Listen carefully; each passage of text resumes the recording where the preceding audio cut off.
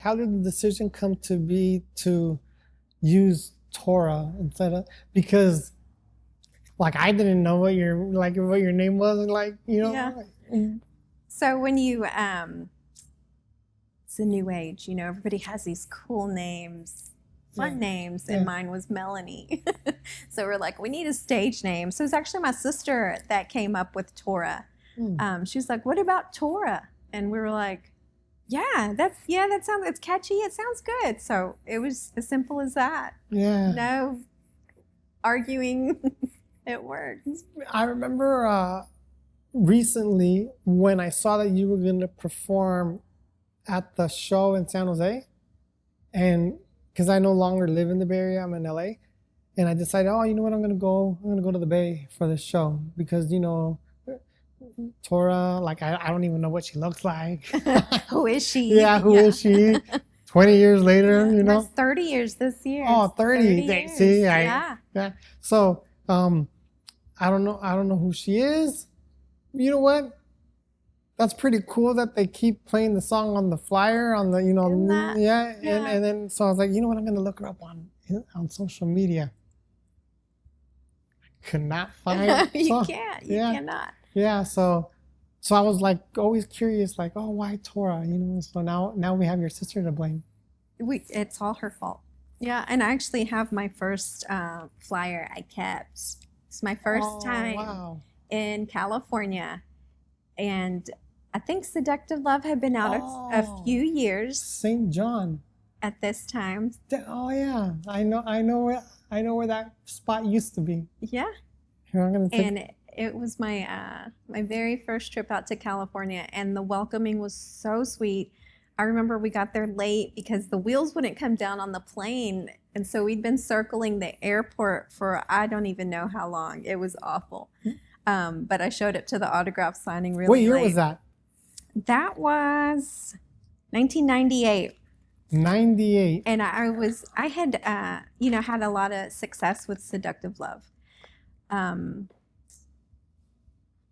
Just, typical, everybody's young, everybody's new. The release was a huge hit. Next step was let's release a compilation with the label. Tons of new artists on it.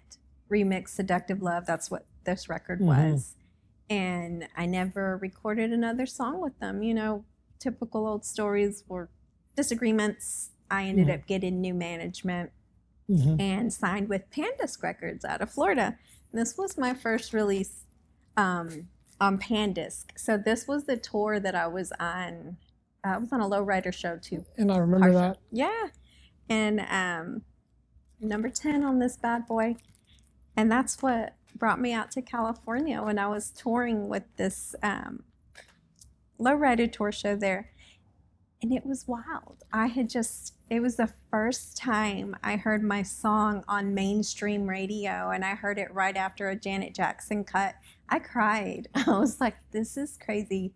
I'd never been to California before, and here in Texas, I didn't get any love mainstream radio. So to hear it there, I just really felt like I made it. In the 90s, the radio stations in the Bay Area were kind of were doing their own thing. Yeah. They were doing their own thing. It was very different than what was going on in the rest of different from what was going on in LA.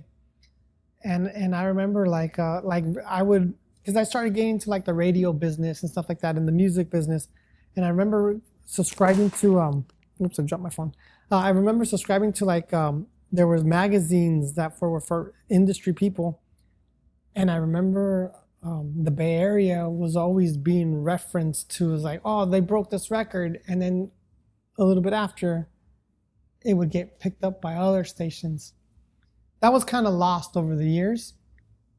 But I remember that like Seductive Love, Release Me from Angelina, In a Dream, Sweet Honesty, like a bunch of these classic 90s freestyle songs, they all broke in the Bay Area. And they were good ones too. They were all good. It's very hard competition out